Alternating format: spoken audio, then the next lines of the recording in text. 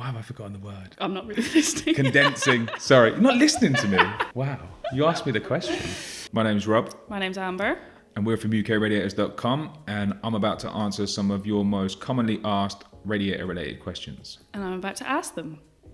Do vertical radiators take longer to heat up? They can do initially. They definitely take longer to fill than a horizontal radiator. They are usually have a diverter, a flow diverter installed, which drives the water up to the top of the radiator, which speeds up the process. But what can often happen with vertical designer radiators is because of that process and because you're driving water to the top, often you can get like a bit of trapped air in there. So it takes a little bit longer for you to bleed the air out of the radiator, which can mean that they take a little bit longer to heat up initially.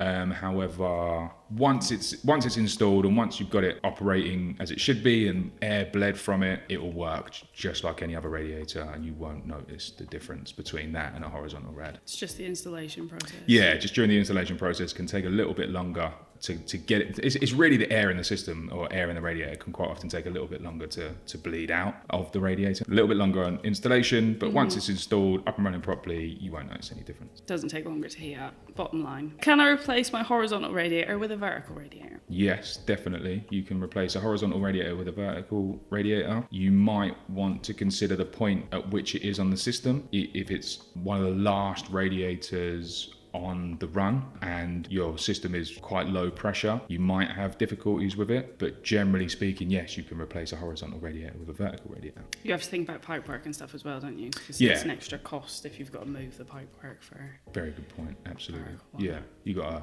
definitely think about the pipework, because on a horizontal radiator, pipework's likely to be set much wider than a vertical radiator, where it's likely to be set much closer together. Moving on, double panel radiators. Do double panel radiators cost more to run? No, double panel radiators do not cost more to run. This is something that I've seen online quite a bit, and it I was going to say irks. I've never said irks in my life. I've literally never said irks in my life, and I was going to say it irks me. It's the camera. Yeah.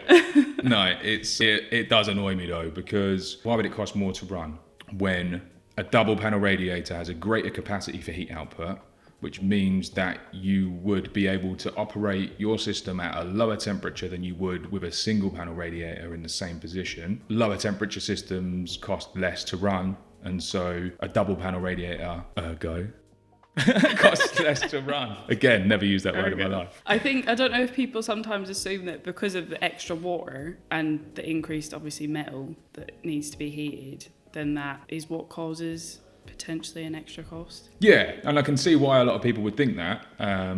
It doesn't annoy me that people think that, or irk. That doesn't annoy me that people think that. It annoys me that companies selling radiators put out incorrect information. That's what annoys me. Yeah, because they should know. Yeah. They should know better. But yeah, you can definitely see why people might think that. Does a radiator's colour affect its heat output? Yes. Plot twist. Yeah, radiator colour definitely affects. It's more actually the surface treatment of the radiator. So not necessarily the colour, but what is used to give the rad its colour. So a real kind of key example would be chrome versus painted, or any kind of metallic finish versus a painted finish. The heat output is always going to be lower on a chrome or metallic finish product because of the surface treatment. It's like a PVD plating process as opposed to painting, and that reduces the ability for the radiator to radiate heat with chrome or any other metallic type finish, plated finish, versus like painted finishes where you can see some differences between like black or white, for example, but the difference is really, really small. Yeah, it's like minimal, isn't it? Yeah, tiny. What's your favourite colour radiator? Well, definitely black, but Like your soul. matte black. I like matte black radiators, but I don't actually have any in my home. Yeah, you've just got like standard panel rads. Standard panel rads, yeah, because my home is a new build. But That's not when really I change excuse. them, yeah, it is, because Got a they're whole brand new warehouse. radiators when I moved in. I'm not just going to rip them out. It's a waste. I'll wait until Donate they've them. had their use, and then I will replace them. You've got to be repping the company. I'm actually planning to do it this summer. I'm going to make a video. Stay Hey. tuned. Watch this space. So you're going to get black ones. Yeah. What designer? Call them. I reckon either flat tube Typhoons or round top column. Round top columns are so underrated. They are. I actually, when I first ever added them to our range, I didn't like them at all. Really? Yeah, didn't like them. I thought, oh, they look weird. Don't like them. And then now, they're probably like up there with my favourite ones. Yeah. I think like we don't get tagged in a lot of pictures of them, but when we do, they look really, really smart. Yeah. Sherwoods, by the way. Yeah, Sherwoods. That's the name. Yeah, maybe I'll go with them. Yeah. Yeah. They'd be nice and black as well. Brass valves. Maybe. Ooh, or black nickel. Probably just go black. Boring. Got to think of the rest of the room though, haven't you? And like everything else that's in there. I can't just have like a random bit of brass in there, I don't think. I think I'll just go, all black valves, black bleed valve blanking plug, just completely Black on black. Yes. What is the difference between a Type 11, Type 21 and Type 22 radiator? So the difference that you will notice when looking at them is the depth, and it's to do with the number of panels and number of convector fins. So a Type 11 radiator is a single panel radiator. A Type 21 is a double panel but a single convector. And then a Type 22 is a double panel with double convector. That is the difference.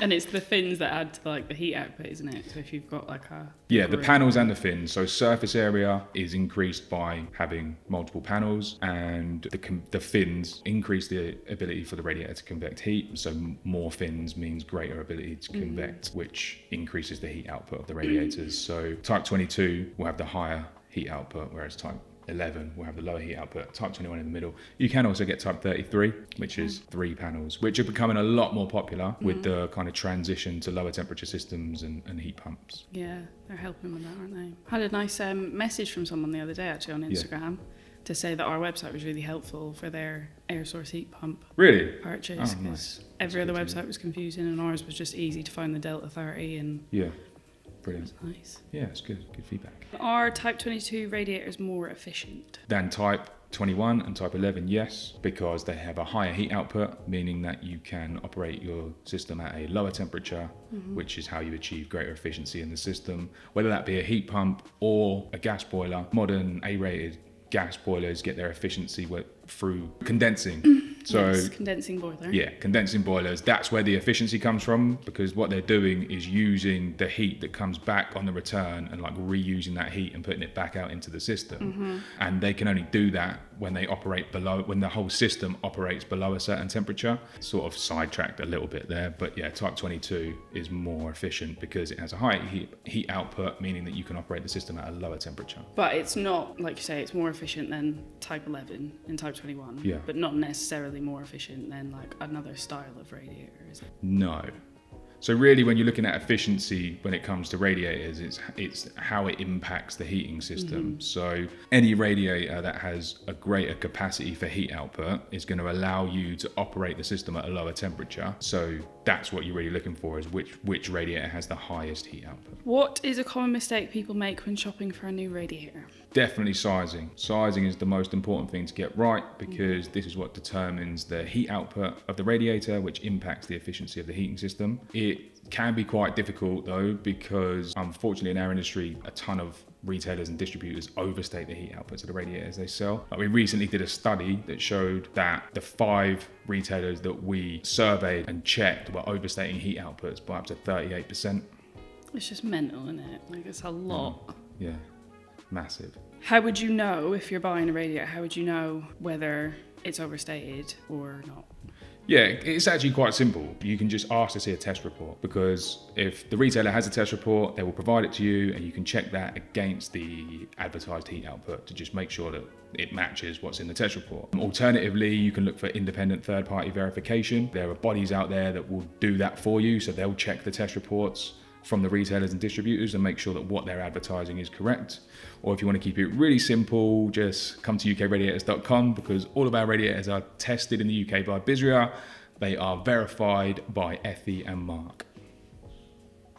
Thank you for tuning into this Q&A. Brought to you by ukradiators.com. If you have any questions and would like some answers, leave them in the comments below. And if you disagree with any of my answers, feel free to challenge, contest, or come at me, bro.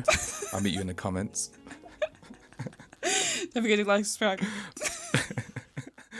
Bye. Bye.